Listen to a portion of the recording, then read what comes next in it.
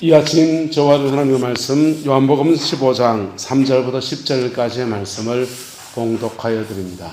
너희는 내가 일러준 말로 이미 깨끗하여졌으니 내 안에 거하라. 나도 너희 안에 거하리라. 가지가 포도나무에 붙어있지 아니하면 스스로 열매를 맺을 수 없음 같이 너희도 내 안에 있지 아니하면 그러하리라. 나는 포도나무여 너희는 가지라. 그가 내 안에 내가 그 안에 거하면 사람이 열매를 많이 맺나니 나를 떠나서 너희가 아무것도 할 수 없음이라. 사람이 내 안에 거하지 아니하면 가지처럼 밖에 벌어져 마르나니 사람들이 그것을 모아다가 불에 던져 살았느니라. 너희가 내 안에 거하고 내 말이 너희 안에 거하면 무엇이든지 원하는 대로 구하라. 그리하면 이루리라. 너희가 열매를 많이 맺으면 내 아버지께서 영광을 받으실 것이요 너희는 내 제자가 되리라. 아버지께서 나를 사랑하신 것 같이 나도 너희를 사랑하였으니 나의 사랑 안에 거하라. 내가 아버지의 계명을 지켜 그의 사랑 안에 거하는 것 같이 너희도 내 계명을 지키면 내 사랑 안에 거하리라. 아멘. 자고 있는 분들에게 우리 가볍게 주먹을 치면서 반갑습니다. 사랑합니다. 축복합니다. 인사하시기 바랍니다. 하나님 여러분 사랑을 좀 믿습니다. 너무 반갑고 박도순 지사님 참 오랜만에 뵙는 너무 반갑습니다. 그런데 아직 식사를 할 수가 없어서 식탁의 교제를 못해서 너무 아쉽습니다. 이제 다음 주부터 할 수 있을지 좀 맞추고 의논해보고 그렇게 결정을 짓도록 하겠습니다. 몇 가지 광고를 드립니다. 수요일날 계속해서 큐티 학교를 하고 있습니다. 2주째 지금 하고 있는데 왜 큐티 학교를 하냐 하면 코로나 사태를 이렇게 겪으면서 신앙의 자생력을 갖추는 것이 굉장히 중요하다라는 생각이 들었어요. 교회 와서 신앙생활 하는 게 아니라 집에서도 내 신앙을 내가 지켜갈 수 있는 자생력을 갖추는 게 중요하다. 그래서 스스로 말씀을 묻고 스스로 내게 준 하나님의 말씀을 찾고 그 말씀 아래 살아가는 훈련들을 시켜드려야 되겠다 해서 수요일 저녁에 큐티 학교로 진행하고 있습니다. 그래서 2주 했지만 계속 실습식으로 하나가 있기 때문에 그냥 오시면 이렇게 가능하니까 오셔서 또 큐티 해보고 그렇게 수요일 날 훈련이 충분히 되면 이건 새벽 예배 때 새벽 예배를 큐티 예배로 바꿀 거예요. 그래서 큐티 한 것을 톡방에다가 바로 올리고 그리고 톡방에서 이제 서로 큐티한 것을 톡방에서 나누고 그런 식으로 해서 큐티를 통해서 여러분의 신앙을 내 신앙을 내가 스스로 세워가는 그런 훈련들을 하는 거니까 그렇게 해서 참조하시기를 바랍니다. 나머지 광고는 주보를 참고해 주시고 이길자 지사님이 구미에 있는 차병원에 따님이 메시고 오늘 아마 올라갈 것 같아요. 그래서 이렇게 여러분들이 병환 중에 계신데 기도를 좀 부탁을 좀 드리겠습니다. 인생을 살아보면서 참 부러운 사람들이 있습니다. 저 사람 참 부럽다. 저 사람 참 부럽다. 또는 저 사람처럼 되지 말아야지 이런 생각이 드는 분들이 있습니다. 어떤 사람이 부럽습니까? 여러분은 누가 부럽습니까? 부러우면 지는 거라는데. 연세가 드셔서 자기 밥 먹을 힘이 있고, 그리고 또 어디 여행 가고 싶으면 갈 수도 있고, 그리고 교회에서도 세상에서 욕 안 먹고 살고, 그건 참 부러운 사람이죠. 자녀들도 잘 돼서 그렇게 참 효성스러운 가정을 이루고, 특히 신앙 안에서 믿음의 유업이 잘 이어져 가서 3대, 4대 신앙의 유업을 잘 이어가는 그런 가정을 보면 저도 참 부럽습니다. 자, 여러분은 어떤 사람이 부럽습니까? 그 부러운 사람을 저는 열매가 있는 삶이라고 생각합니다. 할렐루야. 여러분의 남은 인생에 열매 있는 생이 되기를 예수님의 이름으로 축복합니다. 그리스도인은 3가지 방향에서 인생의 열매를 맺어야 돼요. 첫 번째는 하나님 앞에서 내가 열매입니다. 누가 열매라고요? 내가 바로 나 자신이 하나님 앞에 알곡이라고 하는 좋은 열매로 세워져야 합니다. 예. 교회 안에는 이거는 여러 번 얘기 나눴어요. 간단하게 짚고 넘어갑니다. 교회 안에는 곡식으로 말하면 알곡이 있고 쭉대기가 있고 가라지가 있어요. 가라지는 아직 교회를 다니고 계시지만은 중생의 은혜를 못 입은 분들입니다. 근데 그런 분들이 교회를 쭉 다니다 보면 예배당에 오면 참 이상한 현상이 생겨요. 예배당에만 오면 왜 이래 잠이 오노? 졸려요. 그리고 예배당에만 오면 자꾸 하품이 납니다. 어떤 분들은 예배당에만 오면 펑펑 우는 것도 아니에요. 그냥 잔눈물이 계속 이렇게 흐르는 분도 있어요. 왜 그런지 아세요? 예? 영혼을 씻는 시간이에요.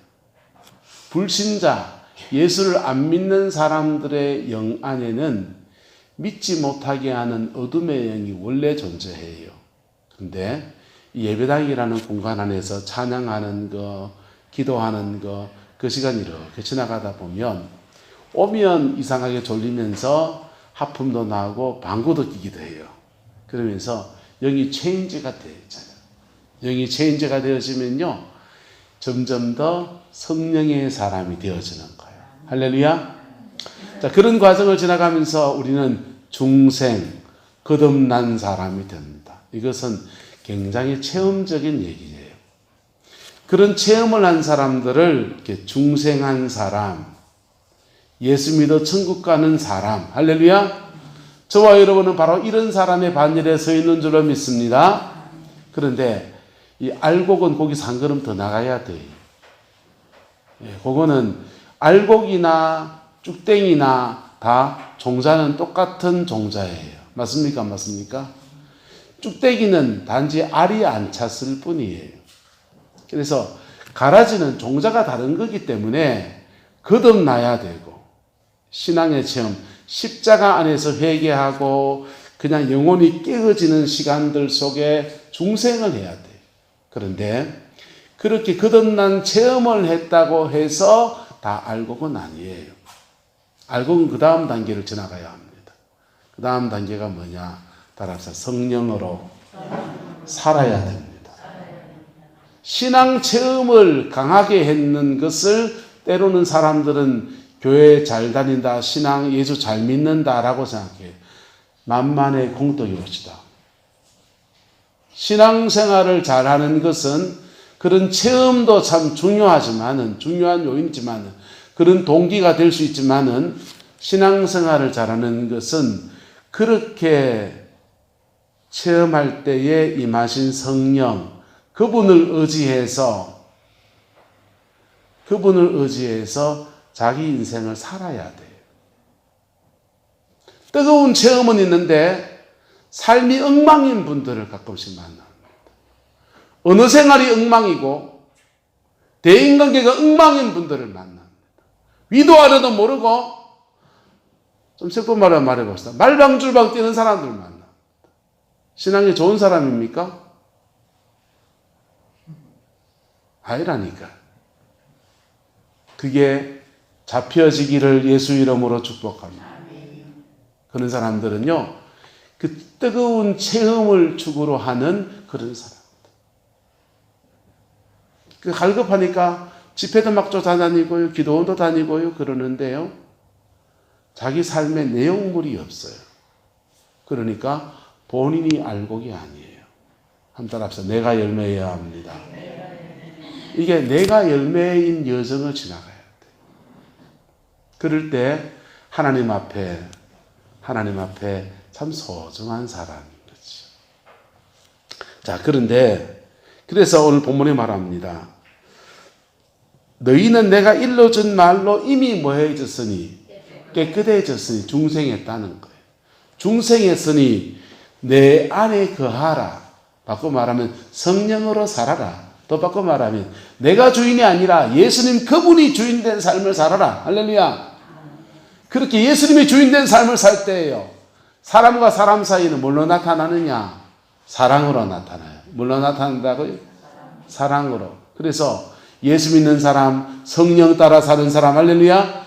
예수 믿는 사람, 예수님이 주인 된 사람, 할렐루야. 예수를 믿는 사람, 사랑으로 사는 사람, 할렐루야. 같은 거예요. 예? 접근이 다른 것 같지만은 나타나는 모습은 같은 거예요. 그럴 때 그 사람을 알곡이라고 그래요. 여러분 알곡입니까? 두 번째, 그 얘기는 이제 개인적인 얘기예요. 개인 신앙에서 알곡이어야 한다는 거예요. 두 번째, 인생을 살면서 무엇의 열매를 맺어야 되냐 하면 그의 가정에서 열매를 맺어야 합니다.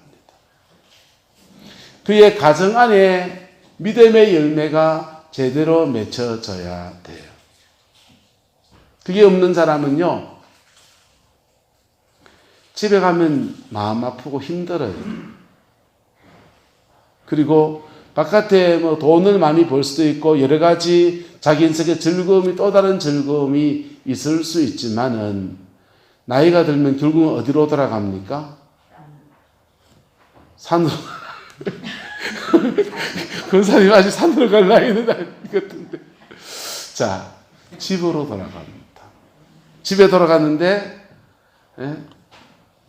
가정이라는 울타리 안에서 전혀 환영받지 못하는 자기 자신. 또 가족관계에서 비틀어져 있어서 자녀들 보면 화딱지가 나고 불편하고 그럴 때 그의 가정을 옛날에는 콩가루 가정이라고 그랬어요. 요즘 콩가루보다 더 심한 가정이 있습니다. 배지밀 가정. 완전히 갈아가지고.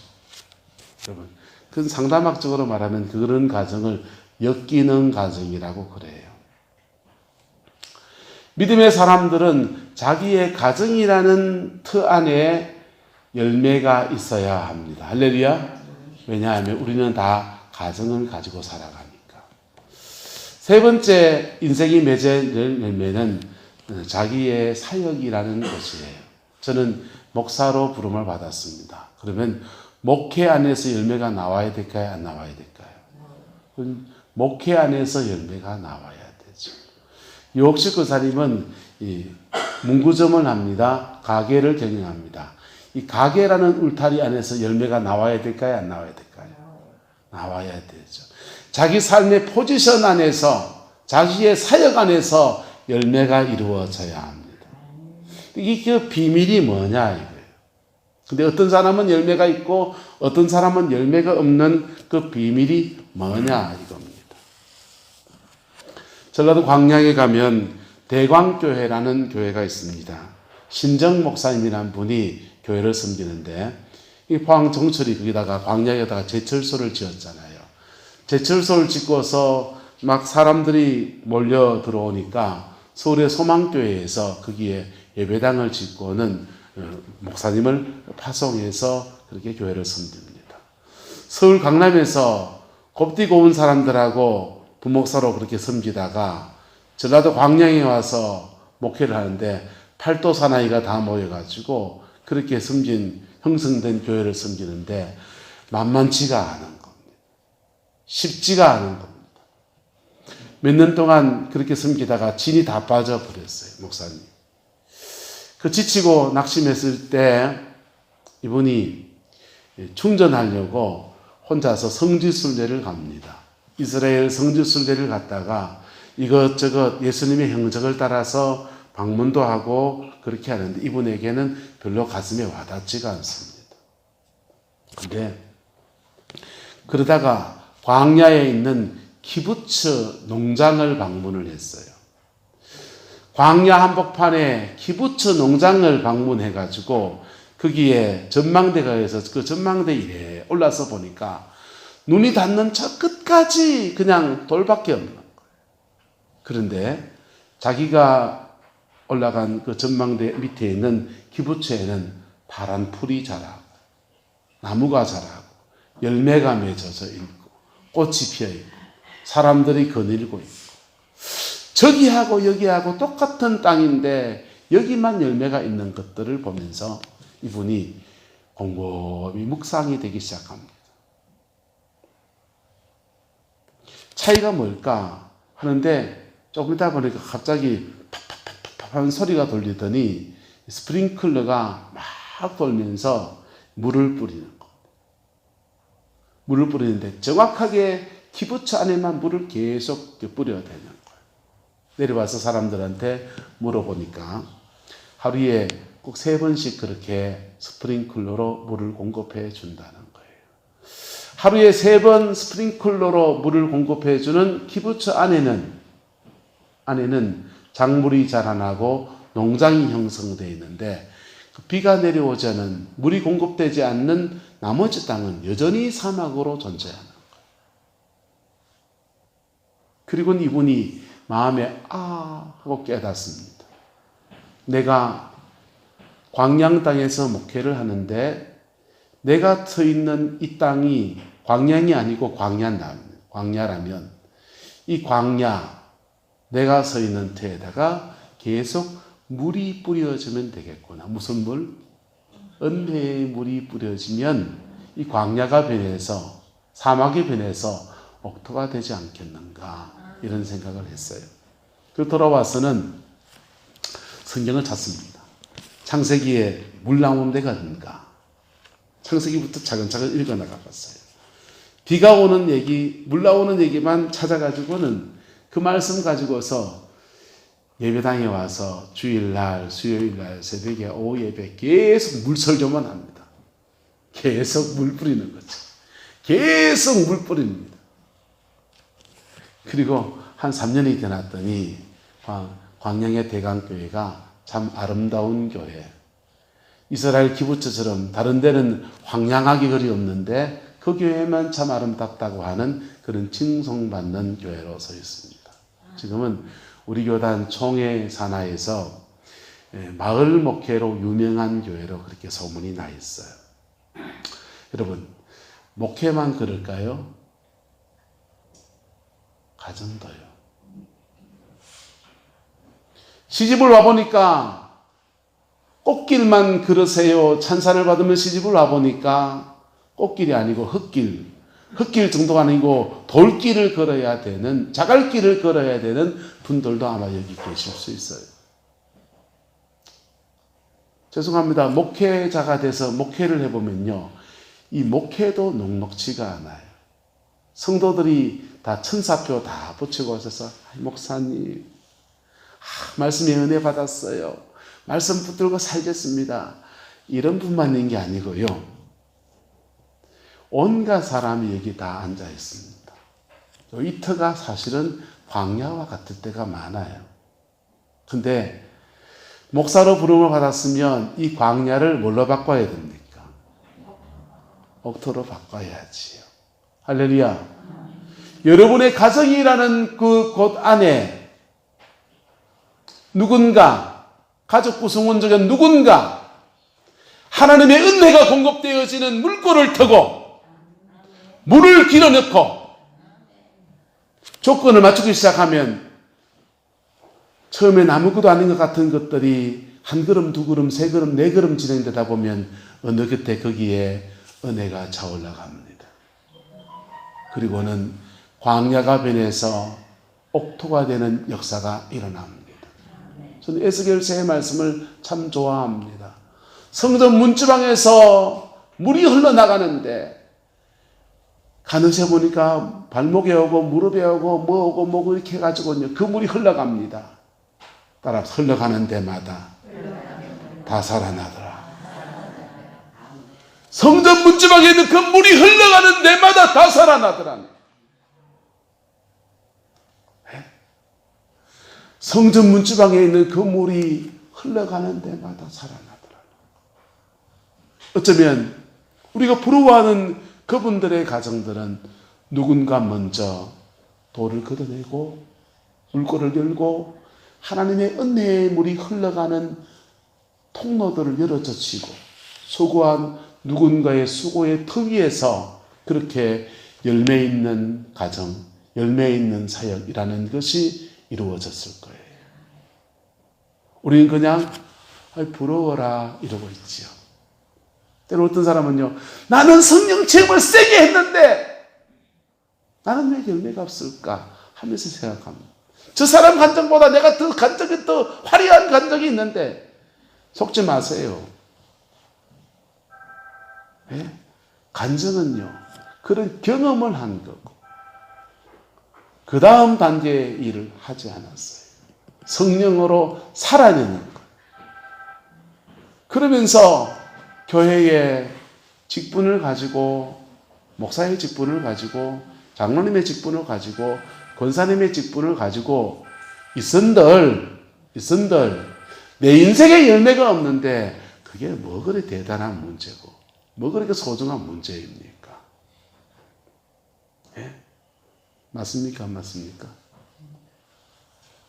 김진홍 목사님께서 자기 인생을 걸고 남양말이 있는 가난한 사람들과 인생을 삽니다. 그런데 이분도 그만 무슨 일이 잘못돼 가지고 유신 반대하다가 그만 감옥을 들어가지 않습니까? 감옥을 들어가서 감옥살이를 하는데 감옥살이 하면서 하나님의 성령을 깊이 경험합니다. 그리고는 거기에 나오면서부터 목회가 완전히 달라졌어요. 그때부터는 성도들에게 무엇을 공급하는 사람? 따라합시다. 은혜를 공급하는 사람. 물을 흘려주는 사람이 된 거지. 여러분 가정에 영적인 은혜의 물이 흘러오는 통로가 여러분들 되시기를 예수 이름으로 축복합니다. 그럴 때 여러분을 통로 삼아서 그 은혜의 물이 성전 문지방에 있는 그 물이 흘러가면서 가정 안에서 하나씩 고치고 세워가는 역사들을 만들어 갑니다. 그 수고가 없이는요, 사단이 장난쳐놓은 것은요, 영적으로 묶여진 것들은요, 그 보혈의 능력이 흘러가지 않으면 절대로 풀리지가 않아요. 그게 첫 번째입니다. 열매가 없는 첫 번째 이유는 바로 내가 은혜의 통로로 서지 않기 때문에 그래요. 두 번째, 열매가 없는 두 번째 이유는요, 가정을 위한 깊은 중보 기도를 하지 않아요. 여러분, 가정 안에 일어나는 일들 속에 사단의 역사가 분명히 존재합니다. 원수는 우리 가정을 절대로 그냥 놔두지 않아요.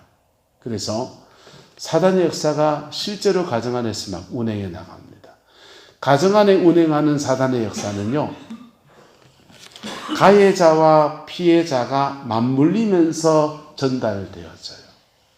아버지, 엄마가 가해자였는데 그 가해자니까 힘없는 누가 당합니까? 자녀가 당하지.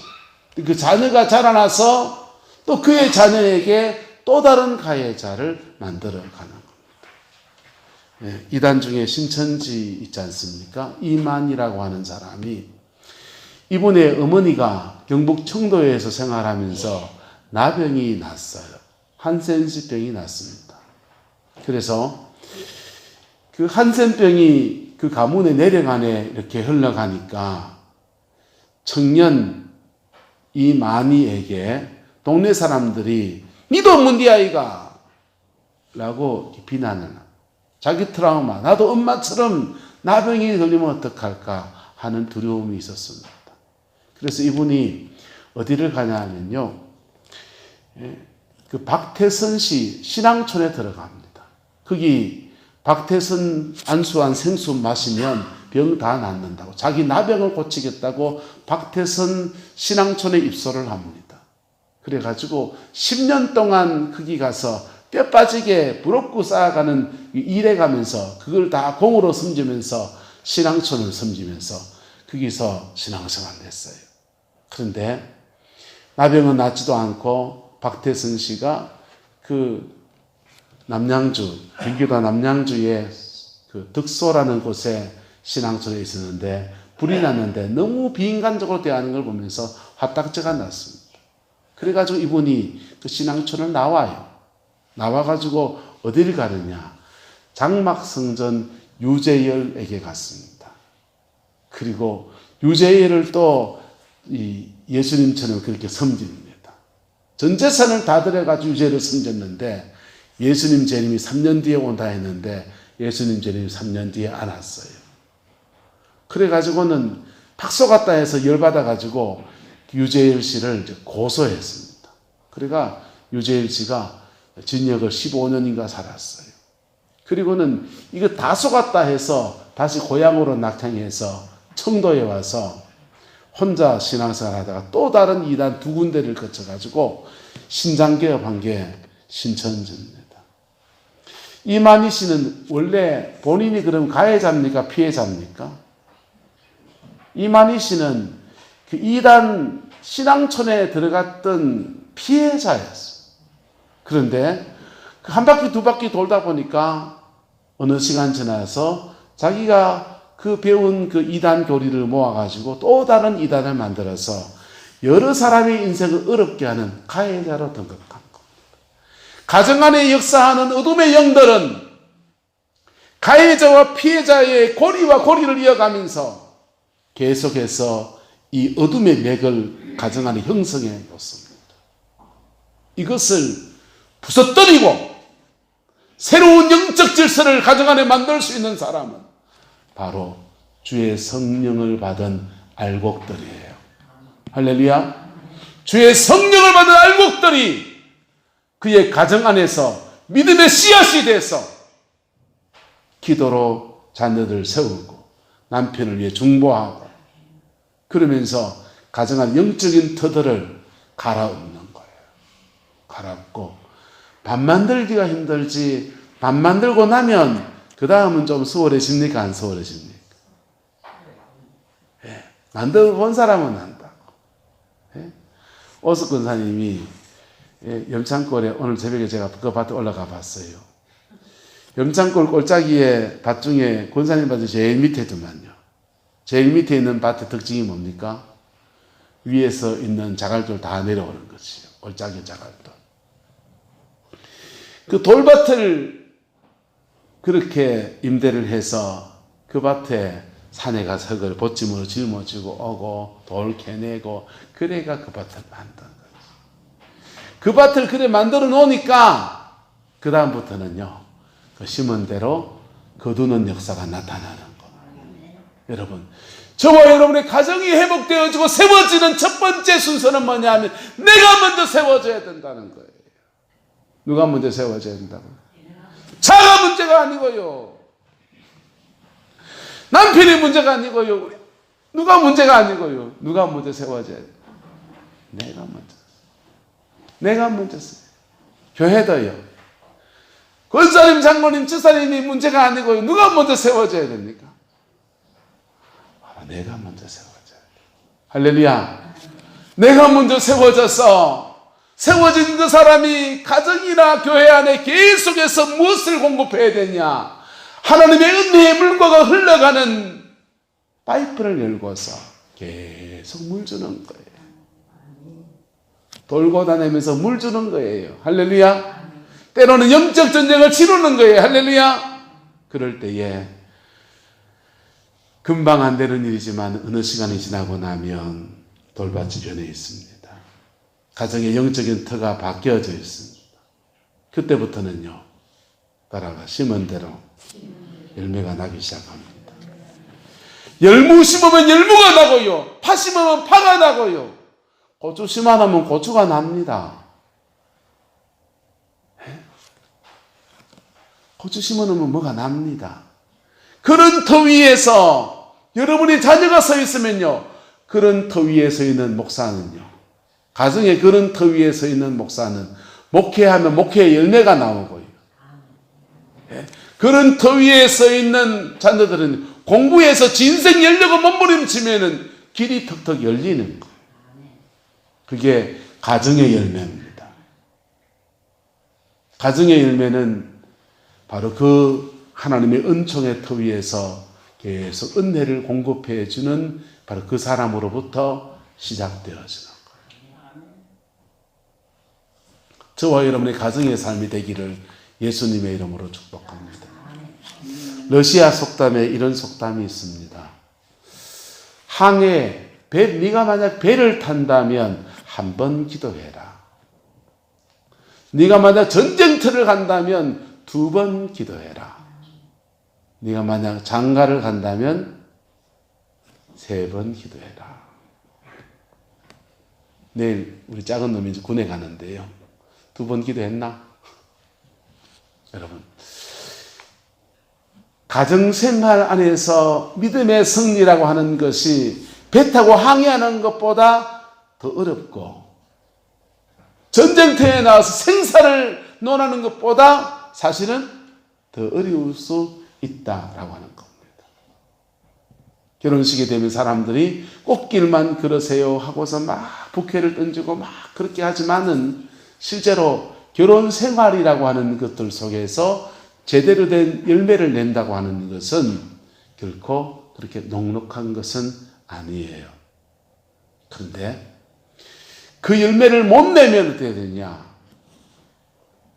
가정이란 울타리 안에 신앙의 열매, 영적인 열매를 못 만들어내면요, 자녀들 속에 믿음의 전성이 잘 안 이루어져 있습니다. 자녀들 속에 인생의 날개, 지날개를 달고 확 날아보려 할 때마다 그 해결하지 못한 영적인 어두움들이 확 덮쳐서 고비를 못 넘어가는 일이 거다. 그래서 가정 안에서의 은혜를 공급하는 일은 여러분의 자녀들을 위해서라도 포기할 수 없는 싸움인 거예요. 할렐루야. 냅두지 놔야 됩니까? 포기할 수 없는 싸움이에요. 3번째로 가정 안의 열매를 맺으려면요, 가정이 돌아가는 원리에 대해서 아셔야 합니다. 베드로 사도는 말하기를, 따라서 지식을 따라 너희 아내와 동거하며. 여러분, 가정이라는 울타리가 작동하는 원리가 있어요. 남자와 여자는 서로 좀 똑같습니까? 다릅니까? 다르잖아요. 부모와 자식은 세대 간에 똑같습니까? 다릅니까? 다르잖아요. 그 다른 것들 속에 서로 다른 사람들을 이해하고 받아들이고 극복하는 그 지식을 가지고서 동거하는 것들이 필요합니다. 우리는 유교의 가르침 중에 군군신신 부부자자란 말을 참 좋아합니다. 임금님은 임금님답고, 신하는 신하답고, 아버지는 아버지답고, 어머니는 어머니답고, 그 다움이라는 것들이 제대로 자기 포지션을 지키면서 상호관계, 서로의 관계를 풀어가는 지혜를 가질 때, 그때 가정의 원리가 제대로 지켜집니다. 그리고 그 속에서 가정 안에 하나님의 축복의 그루터기가 싹트오르는 역사가 일어납니다. 할렐루야. 행복한 가정의 특징은요, 자녀들은, 저는 아들이잖아요.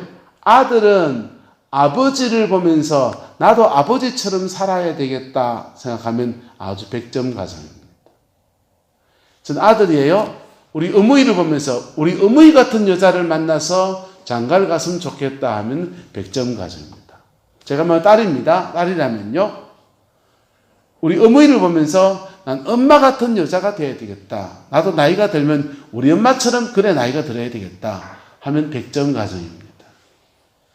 우리 아버지를 보면서요, 나도 우리 아버지 같은 남자 만나서 그래 행복한 가정이 이뤘으면 좋겠다 하면 이게 100점 가정이에요.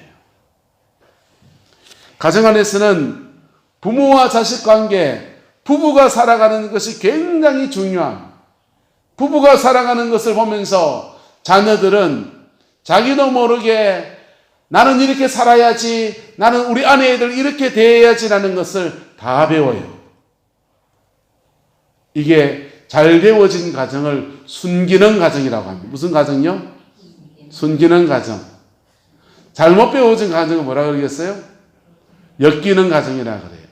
옛날 우리말에 콩가루 집안이 되는 거죠.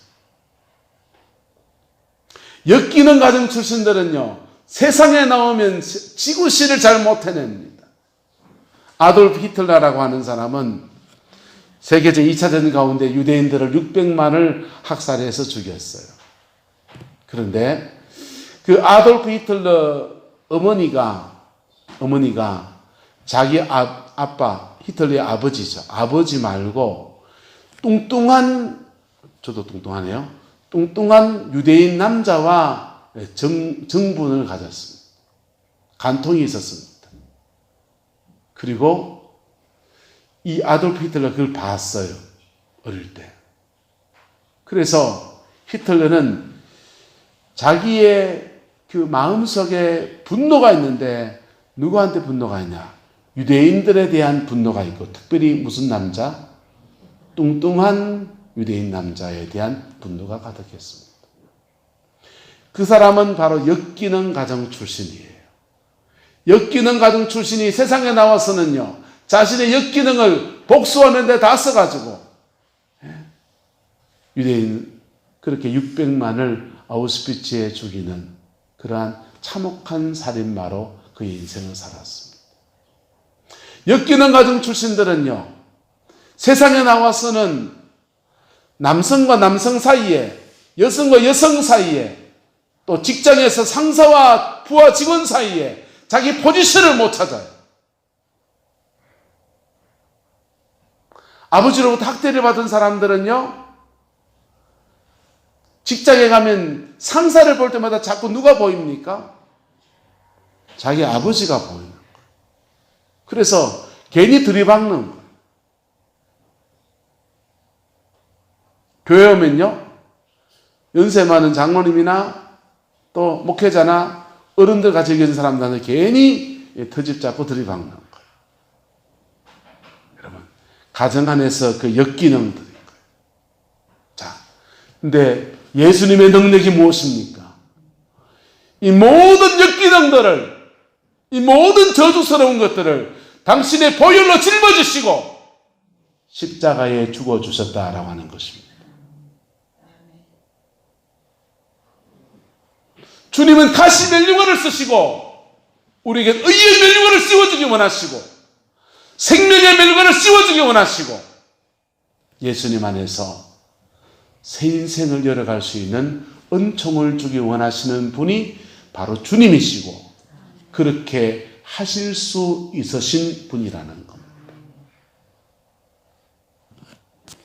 인도네시아의 어떤 교회에서 젊은 목사님이 목회를 하는데 교회가 참 부흥하지 않습니다. 고민을 막 하고 있는데 이웃 교회에서 크게 부흥을 한다는 겁니다. 아브라보 교회라는 교회가 크게 부흥을 한대요. 그래서 자기 목회를 잘해보고 싶어서 아브라보 교회가 부흥하는 원인이 뭔가 탐방을 갔습니다. 갔더니 마침 부흥의 비결이라면서 2박 3일 수련회를 초청합니다. 갔더니 2박 3일 수련회 가서 보니까 인카운터 수양회예요. 인카운터 수양회를 하는데 그 수양회 프로그램 안에서 아버지를 용서하기라는 순서가 있습니다. 자기 아버지는 어땠는지, 무엇이 수습했는지 이런 얘기를 쭉 얘기하고 그것을 십자가며 용서하는 시간을 갖습니다. 교인들은 막 눈물을 흘리면서 막 이런 얘기 저런 얘기 하면서 막 토해놓고 막 그렇게 하는데 이 뒤쪽에 있는 이 젊은 목사님이 갑자기 이 질문을 받으니까 막 분노가 막 치밀어. 나는 못해! 갑자기 진행하는 사람들이 깜짝 놀랐습니다. 갑자기 큰 소리가 나니까 깜짝 놀라가지고 도대체 누구냐 하면서 보니까 이웃교회 목사님이에요. 그래서 그 목사님을 딴 방으로 빼서 상담이 시작됩니다. 당신은 당신 아버지하고 무슨 일이 있었습니까? 그런데 이분이 대뜸 모자를 탁 벗더니 자신의 귀를 보여줍니다. 귀가 잘려나고 없는 거예요. 당신의 귀가 왜 이렇습니까? 자기 아버지가 꽤 부자였답니다. 꽤 부자였는데 집안에 큰 살림들을 모으려고 돼지를 이렇게 키우는 거예요.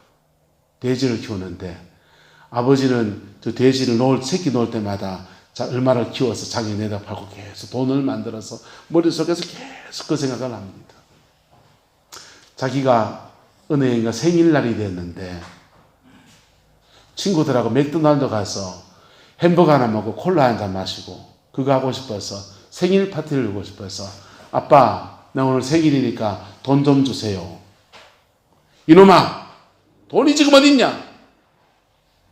그래가지고 친구가 거절당하고는 바깥에 나와가지고는 마침 돼지 농장에 보니까 돼지가 새끼를 놓은 겁니다. 그놈의 돼지 한 마리를 끌어안고서는 자기가 내다 팔고 그 돈 받아가지고 맥도날드 가서 햄버거 사 먹고 콜라 사 먹고 친구들이랑 맛있게 먹고 왔습니다. 저녁 때가 돼서 집으로 돌아오는데 아버지가 노발대발이 났습니다. 저런 녀석이 어딨냐? 네 돼지를 키워가지고 내가 지금 뭐 하려고 하느냐? 이 돼지를 키워가지고 내가 지금 할 일이 많은데 네가 지금 네 입속에 그거 다 먹고 지금 그러댔냐? 그리고는 그게 맛있더냐? 하더니 이리 와라 하더니 칼을 잡고서는 그 아이의 귀를 잘라가지고 이것도 먹어라 이놈아. 그래서 아픈 귀가 잘린 채로 자신의 귀를 피를 젖어내면서 씹어먹으면서 마음이 결심한 아버지하고 안 살 거다. 그리고 집을 나갔어요. 집을 나가서 갈 데가 없으니까 선교사를 만나서 선교사의 양아들이 돼서 신앙생활을 하고 신학을 하고 목사님이 됐는데 자신의 아버지에 대한 분노가 가득 차 있는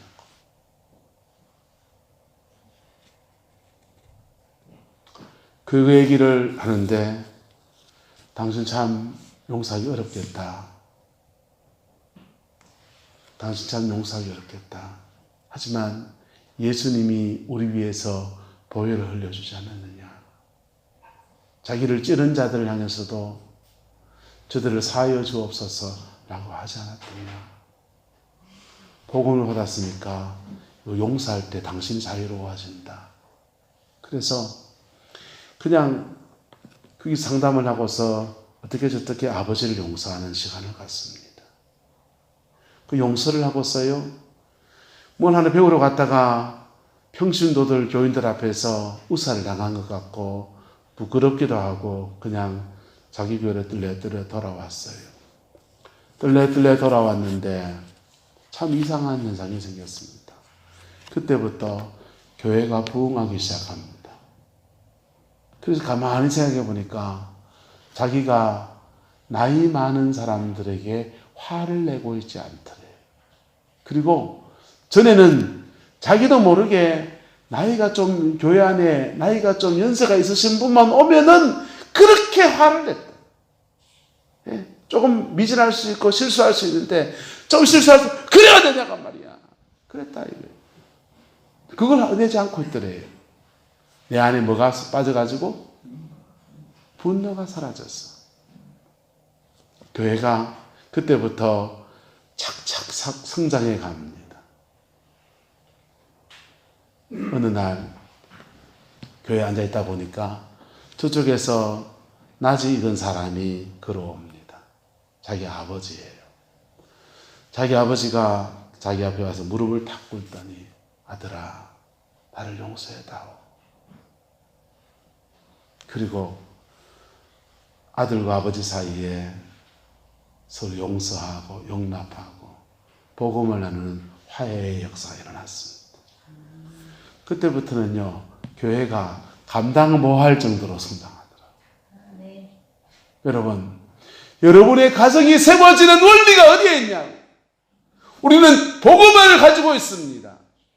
모든 사람을 구원할 수 있는 능력이고 모든 망가진 인생을 새롭게 할 수 있는 능력이고 무너진 가정의 틀을 새롭게 세울 수 있는 하나님의 강력한 능력인 겁니다.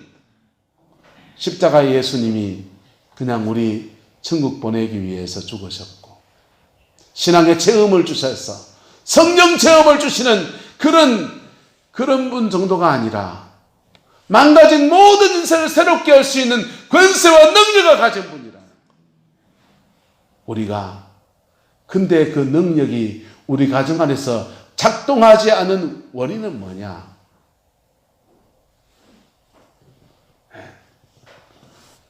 그 복음 안에서 내가 먼저 똑바로 서지 않아서 그래요. 그 피 묻은 복음 안에서 내가 먼저 똑바로 서지 않아서 그래요. 교회 하나 살리려면요, 뭐 하면 됩니까? 장로님, 권사님 무슨 일 있어도요, 목사 하나 똑바로 쓰면 교회 살아요. 전 그래 믿습니다. 내 하나 똑바로 쓰면 성광교회 살아요. 거꾸로 여러분의 가정이 하나님 앞에 열매 맺는 가정으로 다시 방향 전환을 하기 위해서는 뭐 해야 됩니까? 한 따라봐. 집에 가면 내가 목사다. 여러분이 여러분의 가정의 제사장이 되십시오.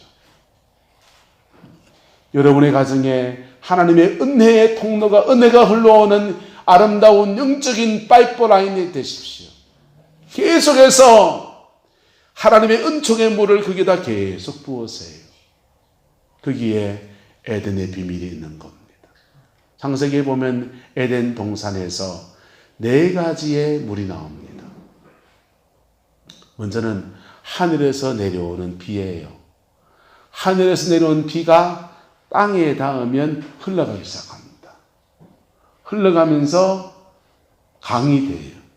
강이 몇 개입니까? 4강이 있잖아요. 그래서 하늘에서 내려오는 비, 그게 성령입니다. 그리고 땅으로 흘러가는 강, 그것도 성령이에요. 그리고 사람의 영혼 속에 흙으로 만들어서 생기를 불어넣으신 그것 생기도 성령이에요. 우리를 살리는 것도 성령이시고, 하늘에서 내려오는 것도 성령이시고, 여러분이 가지고 흘러가야 되는 것도 성령이십니다. 흘러갈 때, 제대로 흘러갈 때, 막힘이 없이 흘러갈 때, 그 닿는 곳마다 살아나는 생명의 역사가 일어나는 겁니다. 그게 창세기의 에덴의 비밀입니다. 여러분, 그 비밀이 어디 특별한 교주한테 있는 겁니까? 예? 기도 많이 하는 어떤 권사님 겁니까? 모든 사람에게 열려진 진리입니다. 할렐루야! 열려진 진리인데 그것을 잡는 사람에게 그것이 이루어지는 거예요. 안 잡는 사람은요, 그 약속이 주어져 있는데 자기 것으로 못 만들어서 누리지 못하는 겁니다. 여러분, 5월입니다. 오늘 나누는 설교는 한 번 듣고 끝낼 게 아니고 여러분이 가슴에 새기면서 내 가정 안에 이 말씀을 이루어 가리라는 믿음의 결단을 해야 됩니다. 그리고 남은 여생 사는 동안에 여러분의 자녀 세대를 위해서 영적인 틀을 갈아엎어서 옥토를 만들어서 내 새끼들한테 유산으로 물려줘야 되겠다. 나는 돈을 물려줘 형편은 못 되니까 영적인 틀을 만들어가지고 자녀들에게 물려줘야 되겠다. 그 결단할 수 있기를 축복합니다. 하나님이 축복하실 겁니다.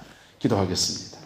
좋으신 아버지 하나님, 오늘도 우리가 주님의 말씀 앞에 있습니다. 아버지의 사랑 안에서 우리를 새롭게 하시는 그 능력을 송축하며 찬양합니다. 주님, 주의 백성들을 주장하여 주시고 인도하여 주시고 역사해 주셔서 예수님 앞에서 반드시 승리하는 아름다운 역사가 있게 축복하여 주옵소서. 복음이 주의 백성들을 주장하여 주시고 복음이 주의 백성들을 이끌어 주셔서 아버지, 성광의 모든 가정들마다 하늘의 신령한 복도, 땅의 기름진 복도, 모든 관계의 축복도 온전히 누리게 되는 은혜가 있기를 소망합니다. 성령님 역사해 주옵소서. 여호와께서 함께해 주시기 원합니다. 아버지 또한 우리의 자녀 세대와 우리의 손주 세대들을 축복합니다. 주님, 학업의 터에서 일터에서 그의 인생을 살아낸다고 몸부림을 칩니다. 그 수고의 열매를 제대로 거두는 은혜가 있게 축복하여 주시고 아버지 하나님, 믿음의 유업을 잘 이어져서 예수 믿는 믿음의 사람으로 살아갈 수 있도록 하나님 축복하여 주시옵소서. 모든 만남의 축복도 주셔서 인생의 고비고비마다 새로운 만남, 복된 만남이 이루어지게 하옵소서. 좋은 짝을 만나게 하시고 좋은 스승을 만나게 하시고 좋은 친구를 만나게 하시고 아버지는 좋은 멘토를 만나서 그의 인생을 복되게 열어갈 수 있도록 하나님 주장하여 주옵소서. 여호와께서 함께해 주시기 원합니다. 지금은 우리 구주 예수 그리스도의 은혜와 우리 하나님의 그 크신 사랑과 성령 하나님의 내주 교통하시며 우리 인생의 열매, 가정의 열매, 사역의 열매 하나님 앞에 간청하며 그 열매를 구하며 그 열매를 주실 주를 바라보며 믿음으로 나가는 성광의 모든 성도들 위해 가정과 삶의 모든 자리들 위해 자녀 손들 위해 그 일터 위에 지금부터 영원토록 함께 계시기를 간절히 축원하옵나이다. 아멘.